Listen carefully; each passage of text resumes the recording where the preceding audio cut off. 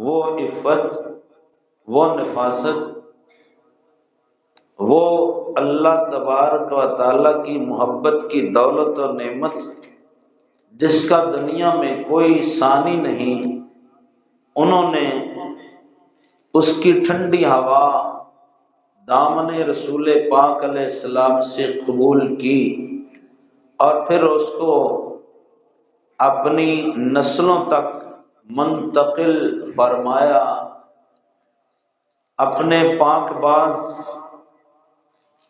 شاگردوں کے ذریعے، اپنے بیٹوں اور بیٹیوں کے ذریعے انہوں نے پیغام رسول کریم علیہ الصلاۃ والسلام کو قیامت تک جاری و ساری رکھنے کے لیے ایک دوسرے تک اس عنوان کو جاری رکھا۔ اس لائن میں کہ پیغام نبوت قیامت تک جاری رہے، ضروری تھا کہ کچھ ایسے افراد کا انتخاب کیا جائے جن کا مزاج رسول پاک علیہ السلام سے ملتا ہو، جن کی طبیعت رسول پاک علیہ السلام سے ملتی ہوں، اور جن کی نیت، جن کی اللہ تعالیٰ کی رضا پر راضی رہنا اور ہر کام محض اللہ تعالیٰ کی رضا کے لیے کرنے کا جذبہ رکھنا، جن کے پاس یہ گوہر ہوں، انہی لوگوں کے ذریعے اللہ تبارک و تعالیٰ نے دین اسلام کو ان صحابہ کرام اور اہل بیت حضرات و خواتین سے لے کر آج جس صدی میں ہم ہیں، 14 صدیاں بیت گئی، 15ویں صدی جاری ہے، آج تک وہ اسلام کا نور منتقل مخلص لوگوں سے ہوتا ہوا سچے علماء دین، سچے اولیاء سے منتقل ہوتا ہوا ہم تک پہنچا ہے، اور انشاءاللہ قیامت تک یہ اسی طرح نور پہنچتا رہے گا۔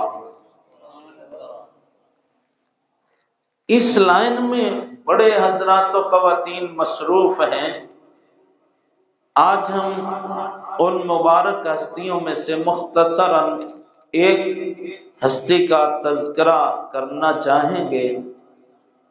محتاج تعارف نہیں ہے، یہ مہینہ ربیع الثانی کہلاتا ہے، 8 تاریخ ہے آج، اور اس مہینے کو بڑی 11ویں شریف کا نام دیتے ہیں۔ وہ ہستی جن کے نام سے 11ویں شریف مشہور ہو گئی، وہ بھی محتاج تعارف نہیں ہے، آپ سب میری مراد سمجھ گئے ہیں۔ کمال یہ ہے کہ آج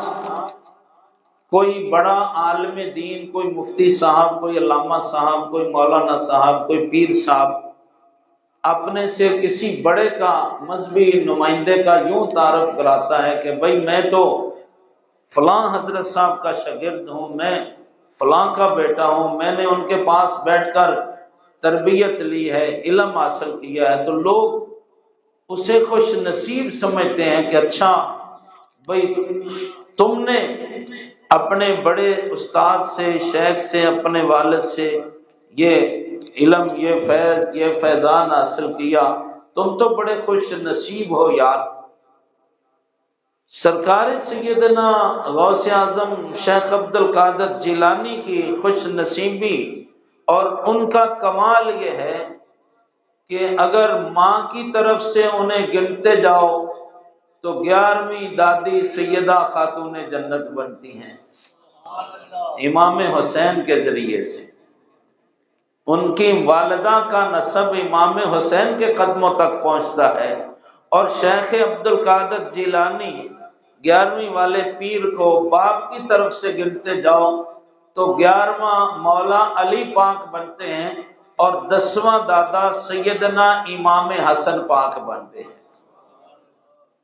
تو اس لیے آپ کو 11ویں والا کہا جاتا ہے۔ اور بھی کئی نسبتیں ہیں۔ امام حسن پاک اور امام حسین پاک یہ دونوں میرے آقا کے ہر طرح کے کمالات کے مظہر ہیں،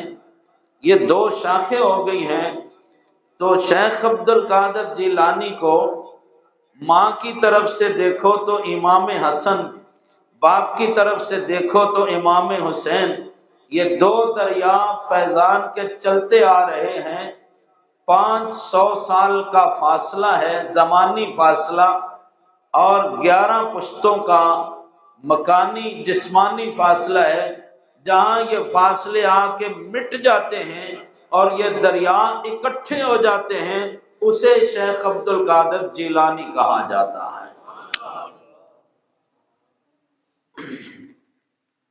اب میں اگر مزید تعارف کراؤں تو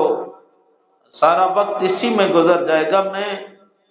11ویں شریف کے قائل جو ہمارے دوست ہیں، جو بڑے شوق سے ذوق سے 11ویں شریف کا ختم شریف دلاتے ہیں، لنگر پکاتے ہیں، کھانے تقسیم کرتے ہیں، میں چاہتا ہوں کہ میرے سمیت میں بھی ان میں شامل ہوں، جو ہم لوگ بڑے شوق سے 11ویں کا لنگر پکاتے ہیں، بناتے ہیں، بانٹتے ہیں، کھاتے ہیں، ڈکار مار کے ہضم کر جاتے ہیں۔ لیکن جو روح ہے 11ویں والے پیر کی، جو ان کی تعلیم ہے، جو ان کا مشن ہے، وہ ہم سے چھوٹ گیا۔ ہم صرف یہاں آ کے ٹھہر گئے ہیں کہ جی 11ویں کے لنگر میں بڑی برکت ہے۔ میں اس کا انکار تو نہیں کر سکتا، لیکن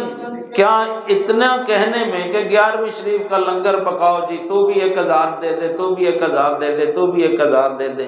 10-15 ہزار 20-25 ہزار خرچ کر کے ہم ایک دوسرے کو مبارکباد دے لیں کہ بھائی بڑی کامیاب 11ویں کی محفل ہوئی، اور پیٹ پہ ہاتھ مار کے چلے جائیں، تو آپ انصاف سے بتائیں کیا 11ویں والے کے تقاضے پورے ہو گئے ہیں؟ میں عرض کرتا ہوں اور میں دلیل سے عرض کروں گا۔ آپ نے پہلے بھی کئی مرتبہ یہ واقعہ سنا، لیکن آج میں اس کو